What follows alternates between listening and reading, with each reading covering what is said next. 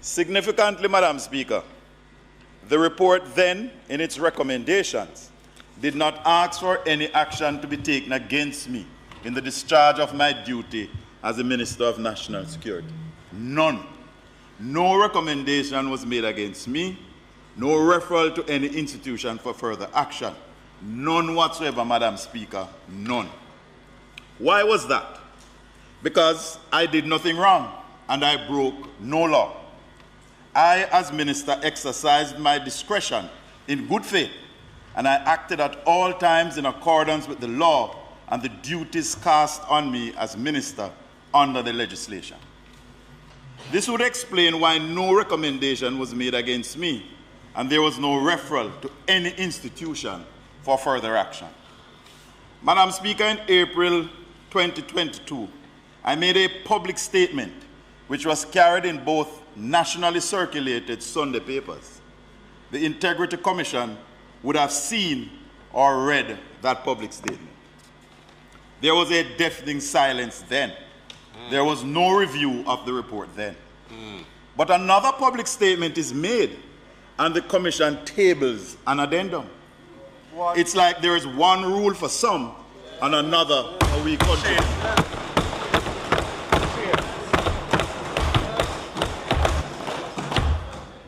Madam Speaker, this demonstrates bias, malice, and prejudice. Absolutely.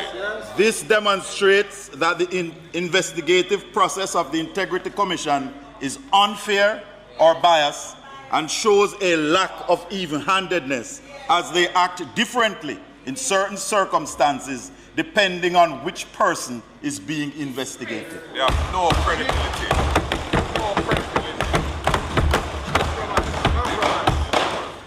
Madam Speaker, the addendum is basically a review of the original report.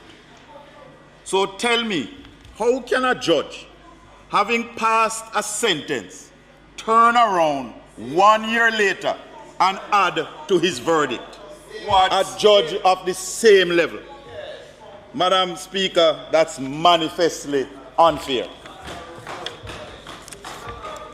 Furthermore, they did not review the whole period, but only a section, and then slammed the door shut, stating in the addendum that they will not disturb the rest of the report.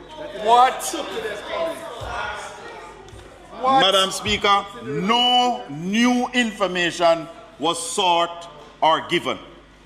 My quick read shows that they made the decision on information already in their possession. I, Madam Speaker, provided information to them in my public statement, but I was not good enough to merit a review. This is clearly prejudice, bias, and malice.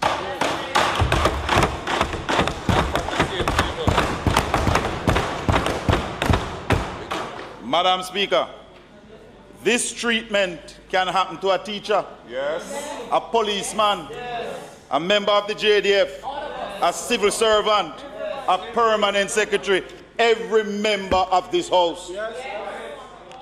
Where is the equity, the fairness, and the accountability? Madam Speaker, as a member of this honorable House that feels aggrieved, I am asking for the Oversight Committee of Parliament that oversees the Integrity Commission to be convened to review and consider whether the Integrity Commission acted fairly and in a principled manner. Yes. The review should not be confined to my case only, but it should cover generally how the Integrity Commission carries out its investigative actions, its administrative processes, and whether it is fair and impartial in the execution of the duties in this area. Yes.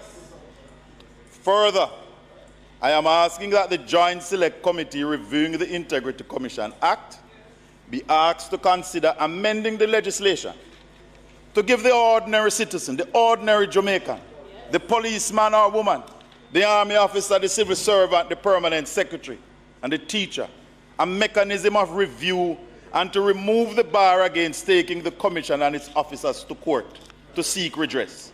Madam Speaker, every Jamaican is entitled to preserve their good name and reputation.